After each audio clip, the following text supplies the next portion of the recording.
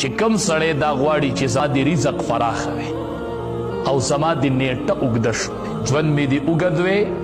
او رزق مې پراخ وی دا خو د هر سړي ارمان دی چې رزق مې تنګ نه وي دا پراخ وي او ژوند مې اوږد وی بس الله ډېر عمر راکړلی نو که کم سړی دا دوه خبرې غواړي چې رزق مې پراخ وي او نیټه مې اوږده شولې نو نیټه د چا اوږدېږي نه خو الله پکې برکت ورواچي دې ته اوږدېدل وایي لکه عمر به دې 40 کاله وي او الله به پکې د 80 کالو د عبادت توفیق درکړي دومره کارونه به درنه خدای والي دې ته د عمر اوږدېده وایي نو چې کم سړی دا غواړي چې زما د رزق فراخه شولې او زما د ژوند نیټه مې دې اوږده شولې ژوند کې مې دې برکت وې نو د دواړو جهانو سردار فرمایي فلیصل رحمه دې دې د رشته دار سره خپل رشته برقرار کړي دې دې رشته داري وپالي دې دې رشته داري وپالي الله به یې رزق هم پراخه کړي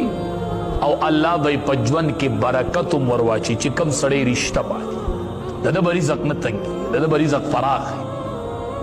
حدیث مبارک کې راځي الرحم معلقة بالعرش دا صله رحمي نه ده رشته داري ورته مونږ وایو دا په عرش پورې انختې ده او تقول من وصلني وصله الله ومن قطعني قطعه الله او دا اعلان کوي خدایا چا چې زه پیوس کړم الله خپل رحمت ته رانږدې کړي ځان سره یو ځای کړي ومن قطعني قطعه الله خدایا چا چې زه پرې کړم الله د خپل رحمت نه لر کې لر عرش پورې انختې او اواز کوي خدایا چې چا یو ځای کړم خپل رحمت سره یو ځای کړي الله چې چا کټ کړم الله د خپل رحمت نه لرې کړي دا ډېره متعدي ګناه ده رشته کټ کول او رشته داري خرابول دا یوه عظیمه ګناه ده دا ډېر لویه ګناه ده د دې لوی اثر په کلي او په محله او په معاشره باندې کېږي نو د رشتې به ډېر خیال ساتي او رشته به پالي د رشته دار به ډېر خیال ساتي چې کوم ستا رشته دار دی تا سره یې رشته تړلې ده هغه به ډېر خیال ساتي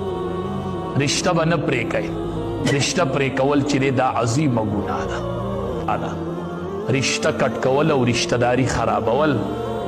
دا یوه عظیمه ګناه ده دا ډېر لویه ګناه ده د دې لوی اثر په کلي او په محله او په معاشره باندې کېږي نو د رشتې به ډېر خیال ساتي او رشته به پالي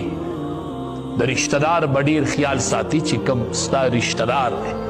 تا سره یې رشته تړلې ده هغه به ډېر خیال ساتي رشته به نه پرې کوي رشته پرې کول چې دی دا عظیمه ګناه ده